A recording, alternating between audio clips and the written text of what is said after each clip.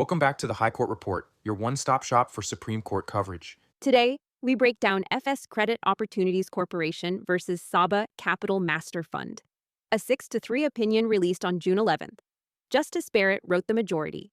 The court ruled that Section 47(b) of the Investment Company Act, a federal securities law, gives private parties no right to sue for contract rescission in federal court. Activist investors just lost a powerful enforcement weapon. Justices Kagan, Sotomayor, and Jackson dissented. This decision rewrites the enforcement map for a major corner of the investment industry.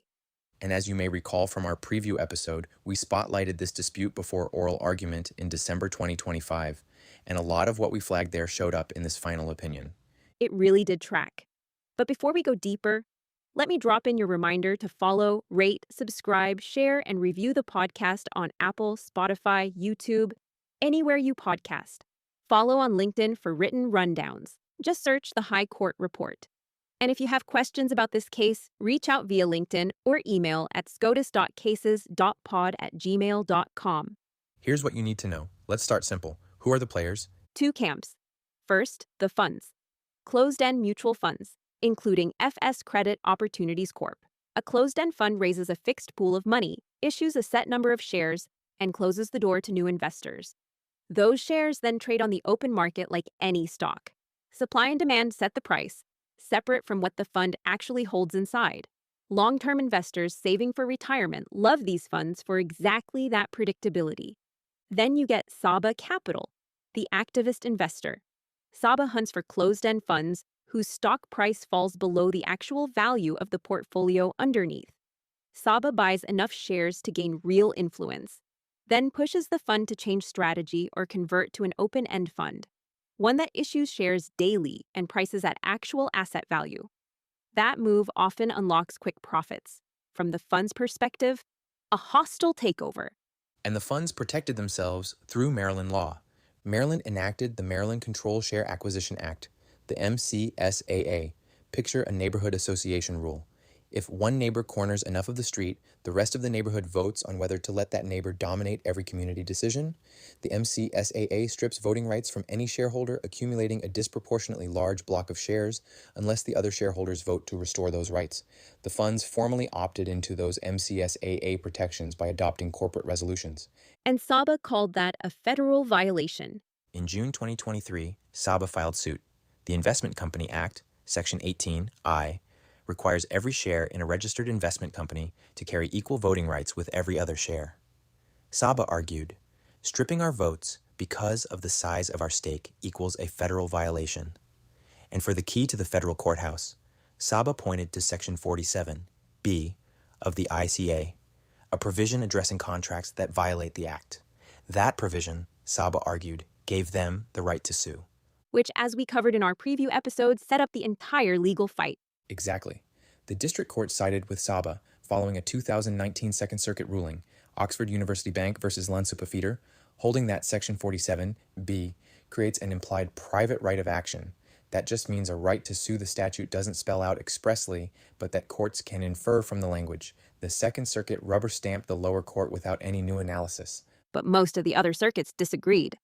The Third, Fourth, and Ninth Circuits all rejected the implied right. The landscape split. Funds in Second Circuit territory faced these lawsuits. Funds everywhere else didn't.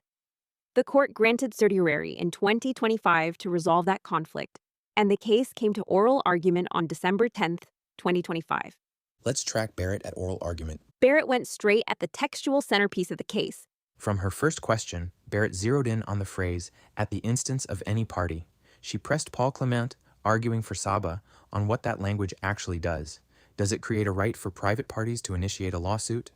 Or does it just describe who can urge a court that already holds jurisdiction to award rescission? Clement pushed back. Any party signals open access. Either side of the contract can seek rescission affirmatively. Barrett kept returning to the subject of the sentence, a court. The provision tells a court what to do. It says nothing about what an individual may do. The actor in the statute, Barrett suggested, controls the analysis. And Barrett pressed hard on the 1980 amendments. She asked Clement directly if Congress rewrote Section 47(b) 1 year after Tama, and deleted the exact shall be void language Tama depended on, why shouldn't the court read that deletion as intentional? Clement argued the amendments refined Tama rather than rejected it, pointing to Congress inserting the word rescission, drawn straight from the Tama opinion, into the new text. Barrett wasn't persuaded. She flagged that Congress left shall be void intact in Section 47A, the provision sitting immediately above the amended one. That parallel, she suggested at argument, makes the deletion in 47B look deliberate. Not accidental, not cosmetic, deliberate. And sure enough, that precise point anchored the majority opinion she delivered 6 months later. All right, what did the actual provision say, and why did it matter? Section 47B(2) reads, "A court may not deny rescission at the instance of any party when a contract that violated the ICA already got performed." Rescission just means formally unwinding a contract, undoing what the parties did as if the deal never happened. Simple question, does that language give Saba the right to walk into federal court and demand rescission? Or does it just tell courts how to handle rescission once a case arrives through some other door?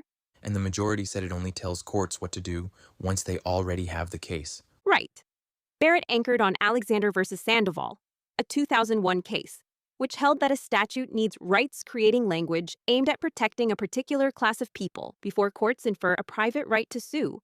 Language telling courts what to do doesn't clear that bar. Section 47B(2) names a court as its actor. It tells the court what it may not do. It says nothing about giving any individual the right to show up and file the lawsuit. Barrett compared it to Thompson versus Thompson, a 1988 case. Congress told state courts how to handle custody disputes.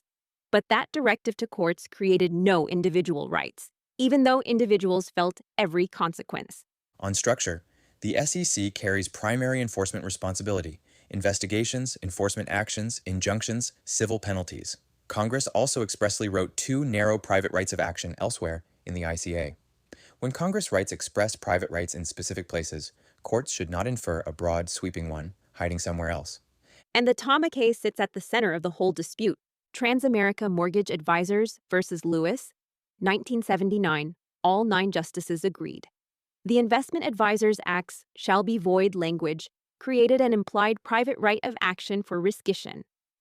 The original Section 47B of the ICA used identical language, so as of 1979, Section 47B carried that same private right. The majority concedes even that. But Congress rewrote Section 47B entirely in 1980, 1 year after Tama. Barrett focused on what Congress deleted, the exact phrase, shall be void, the precise language Tama depended on. Congress left shall be void intact in Section 47A right above it and left it in the IAA too, but deleted it from Section 47B. Barrett called the 1980 amendments a renovation, not a new coat of paint. The majority's bottom line, changed language signals, changed meaning. Got it. Now let's go deeper into the opinion. What was the holding? 6-3, Barrett writing. The court reversed the Second Circuit and remanded. Section 47B directs courts on what remedy to apply once parties already stand before them. Private parties hold no implied right to sue under it. Saba's case ends. Barrett drove to that conclusion with 3 interlocking moves. First, the text. The majority anchored on Alexander versus Sandoval, a 2001 case, which set the rule that a statute needs what courts call rights-creating language aimed at protecting a particular class of people before any court infers a private right to sue. Read Section 47B(2) closely. The subject of the sentence is a court. It tells the court what it may not do. It names no individual. It protects no particular class. Barrett compared it to Thompson versus Thompson, a 1988 case where Congress wrote a provision directed at state courts governing custody disputes. That directive to courts created no individual rights, even though individuals felt every consequence. Same logic here. And Saba leaned on the phrase, at the instance of any party. They did. Barrett went straight to the dictionary. Both the Oxford English Dictionary and Black's Law Dictionary define at the instance of as at the solicitation or suggestion of. The court acts at someone's urging once they already stand before it. Nothing in that phrase hands anyone the right to initiate the lawsuit in the first place. Think of it like a referee's rulebook. The rulebook tells the referee how to call fouls during the game. It says nothing about who gets a ticket through the gate. Second move, The ICA's structure. The SEC carries primary enforcement responsibility. Investigations, enforcement actions, injunctions, civil penalties. Congress also expressly wrote two narrow private rights of action elsewhere in the ICA, one for fiduciary duty breaches by investment advisors, one for short-term insider profit recovery. The rule the court applied, going back to Northwest Airlines versus transport workers in 1981, says a comprehensive agency enforcement scheme argues powerfully against implying a separate private right alongside it. And when Congress writes express rights in specific places, courts should not infer a sweeping one hiding somewhere else. And the third move, TAMA. We just mentioned it. Actually, all 9 justices agreed the Investment Advisors Act's shall be void language created an implied private right of action for rescission. The original Section 47(b) used identical language, so as of 1979, both statutes carried that same right. But then Congress rewrote Section 47(b) entirely in 1980, 1 year after TAMA. And what did Congress delete? Shall be void. The exact phrase TAMA depended on. Congress left shall be void intact in Section 47(a), the provision immediately above, and left it in the IAA, but stripped it from Section 47(b) and replaced it with court-directed language. Barrett called the 1980 amendments a renovation, not a new coat of paint. The wall came down, Congress rebuilt, changed language signals, changed meaning. Walk me through the dissents. And before we get there, it helps to keep the majority's framework in mind because the dissent pushes back on every single piece of it. The majority said, no rights-creating language, comprehensive enforcement elsewhere, and Congress deleted the TAMA linchpin. Jackson said, not so fast on all 3. So keep those 3 pillars in mind as we walk through what the dissenters argued. Justice Jackson, joined by Sotomayor, Kagan joined parts 1 and 2, argued Congress amended Section 47(b) in full awareness of TAMA, not to bury it. Congress inserted the word rescission, the very word from the TAMA opinion, into the amended text. It added at the instance of any party. Jackson read those additions as deliberate. Congress chose to say the quiet part out loud. It wanted the rescission right to survive. Jackson also flagged a structural problem with the majority's reading. Section 47(b)(2) only activates after the parties already performed the contract. Once performance finishes, a defense barely exists. An aggrieved party almost always needs to bring the suit affirmatively. Limiting Section 47(b) to defensive use only renders the language Congress added completely pointless. And Justice Kagan stepped back from the legislative history piece. Kagan wrote briefly. She agreed with Jackson's text and structure analysis, enough to land on a private right existing. But she declined Part 3, the legislative history defense. She didn't find Section 47(b) ambiguous enough to require resort to committee reports. So, Kagan and Jackson reached the same bottom line through different paths. All right, now what did the court leave open? 2 big questions stay open. Can parties raise Section 47(b) defensively in federal court?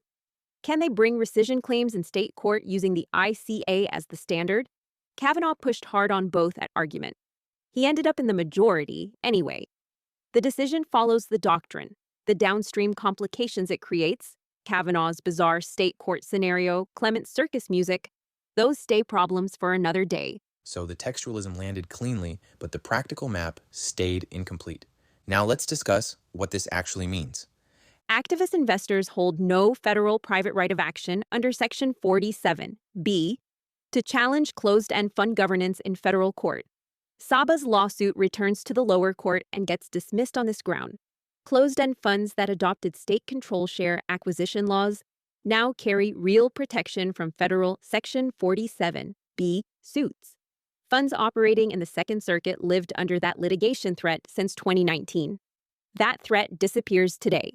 And the SEC steps in to SEC serves as the exclusive federal enforcer of the ICA's equal voting rights requirement going forward. Saba can file a complaint with the SEC. Whether the agency investigates, entirely the agency's call, not Saba's, not the court's. And zooming out, the court continues its project of squeezing out implied private rights of action.